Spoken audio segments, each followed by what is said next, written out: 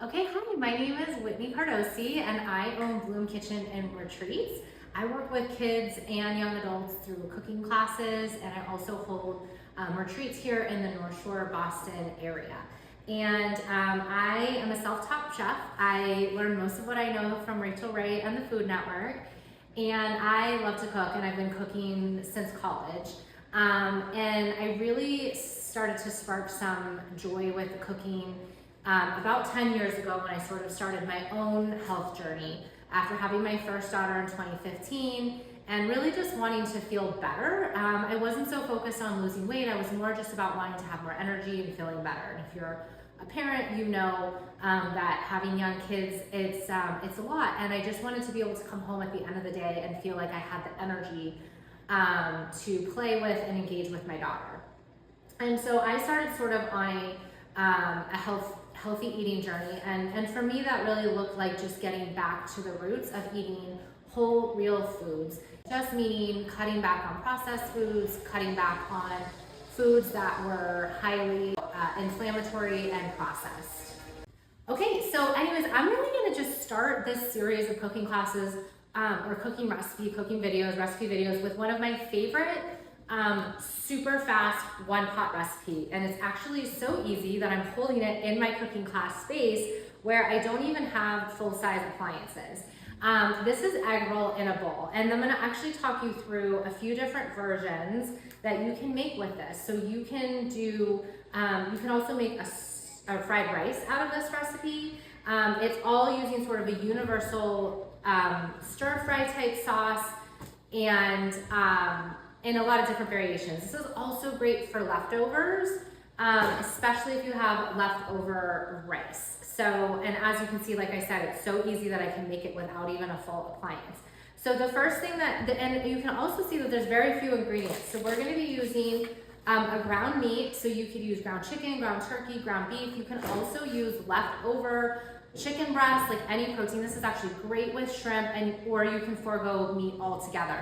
We're gonna use a bag of coleslaw, and you can use any variation you want. You're also more than welcome to slice up a head of cabbage and some shredded carrots, but I just make sure every time I go to the grocery store, I always grab at least one pack of ground meat because it's so easy to whip up in so many different ways.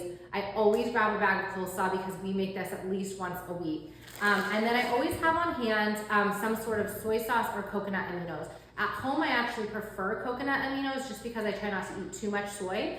And I also prefer the flavor of it, but you could of course use a soy sauce.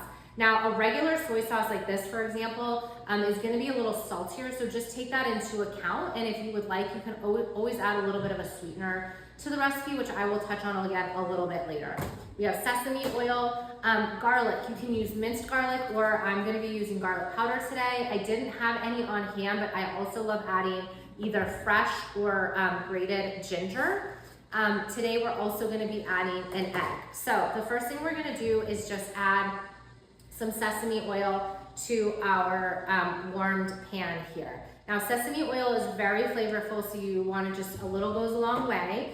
And also you can just use regular oil here as well. So I'm gonna let that just heat up a little bit and coat the pan. And of course at home, I actually love these skillets because they cook super evenly, but you can just use whatever, pot or pan or whatever you prefer. I'm gonna add that in there, and we're gonna let that just brown up. Now you can see what I'm doing. So we're gonna brown this meat up. Now I like to season my meat at this point. Again, I'm keeping the seasoning super simple today, but it will not be lacking in flavor. This actually has a ton of flavor with the sesame oil and the soy sauce. So I'm not adding salt to our recipe because you're gonna get all the salt that you need from your soy sauce. So that's another reason I love this. And if you are low sodium, then your coconut aminos is a great option here. So I'm gonna add a little bit of garlic powder. This is also where I would add my ginger if I was using that.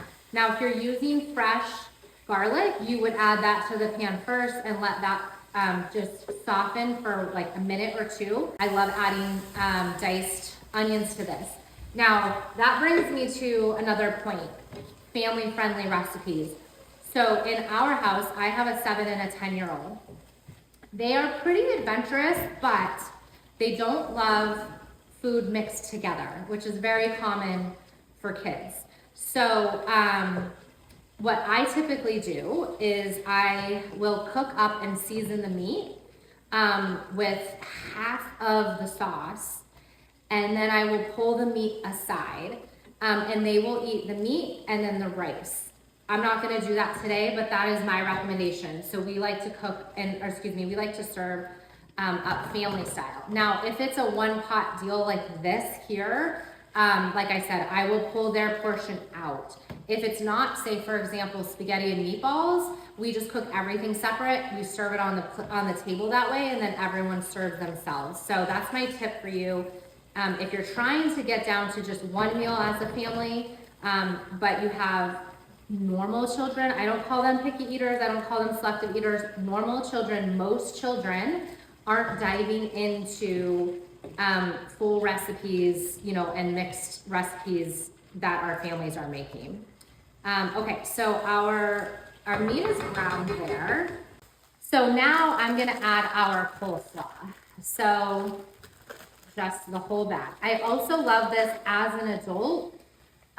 This is just such an easy, sneaky way to get vegetables into the recipe without having to cook roasted broccoli on the side, or, you know, making a whole separate side dish with vegetables. I also personally am the type of person that likes all of my food mixed together, so this is a dream.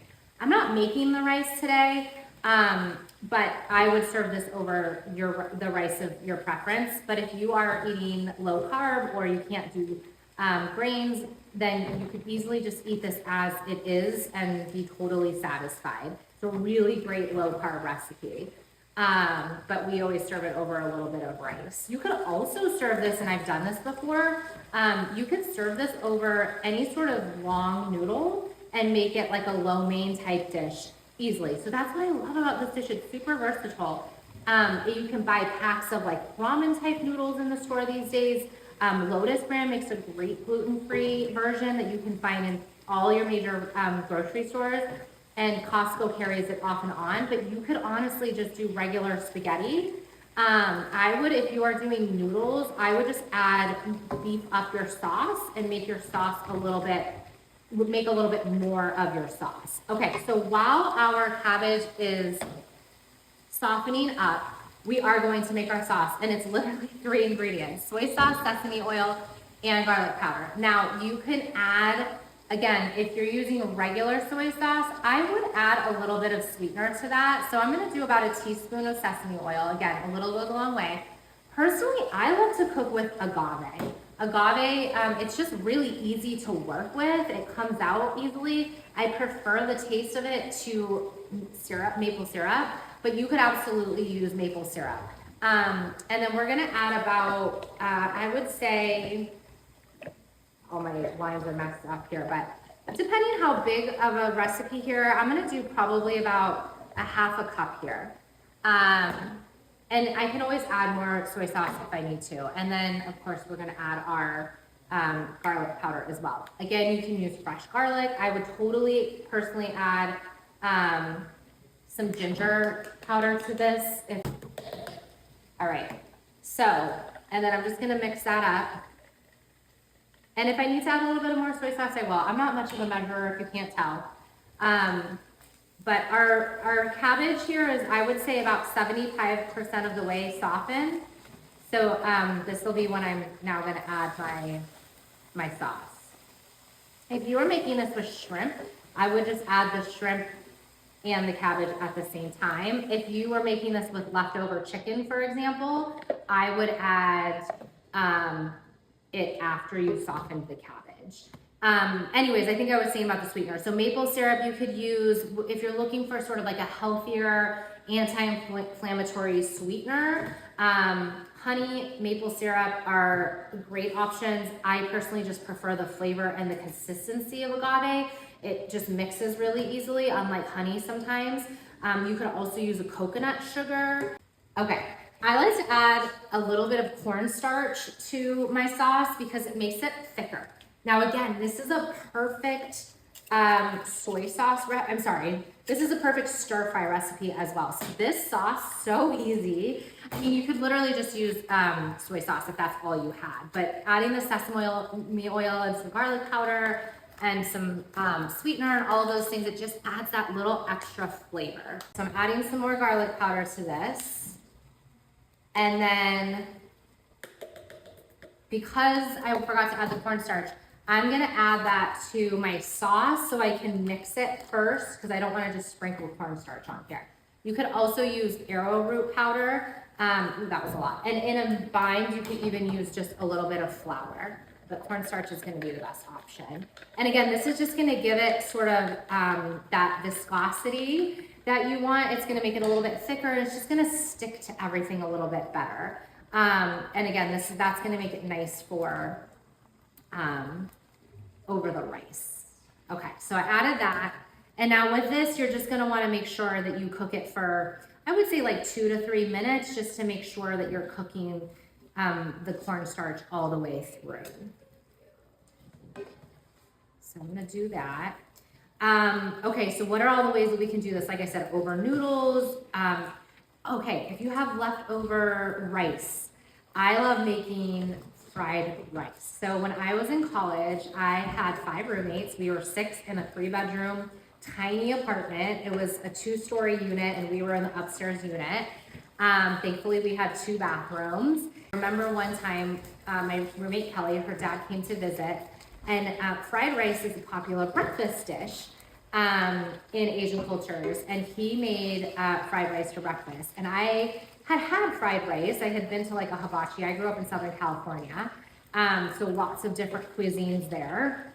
But I had never seen anybody really make it, or if I had, I hadn't really paid attention. It was the first time that I ever saw someone make fried rice, and I was like shocked that they added an egg, scrambled egg, to a savory dish.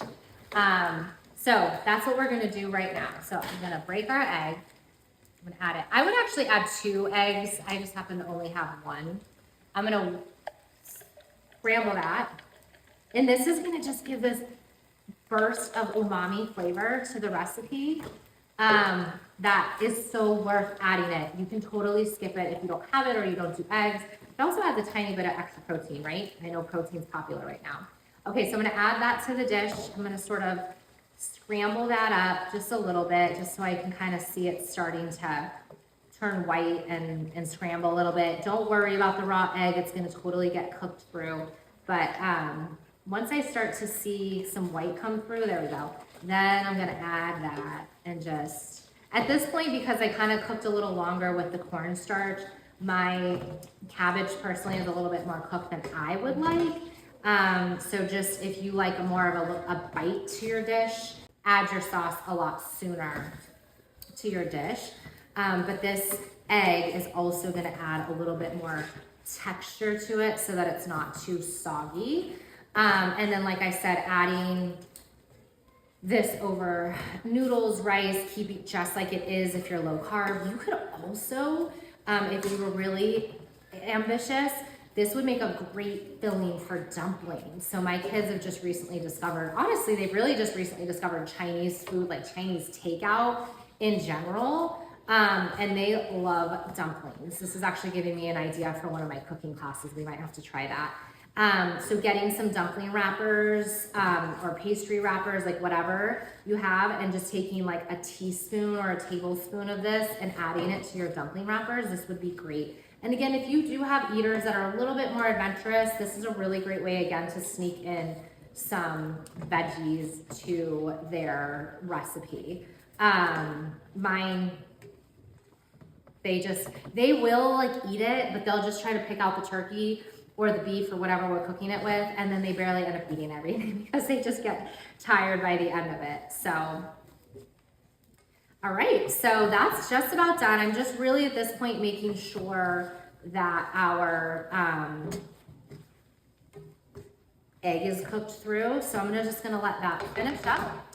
I'm gonna get a bowl and serve that up. So I'm gonna add that in there. Again, I would normally be serving this over rice, and I would also top it with some beautiful sesame seeds. My kids actually love sesame seeds. And again, that's just something to start getting your kids to try new things. It's like, it's not gonna hold a ton of nutritional value, but it definitely adds visual appeal, which is really important with kids. It gets them just willing to try new things, and it's gonna add a little bit of flavor as well. So, so good. Now that was a little salty. I definitely would have added some agave to that for mine, because even though it's reduced sodium, it's still very salty. So definitely make sure if you're using soy sauce that use agave, which will be listed in the recipe. But if you like salty, this will be it. So enjoy.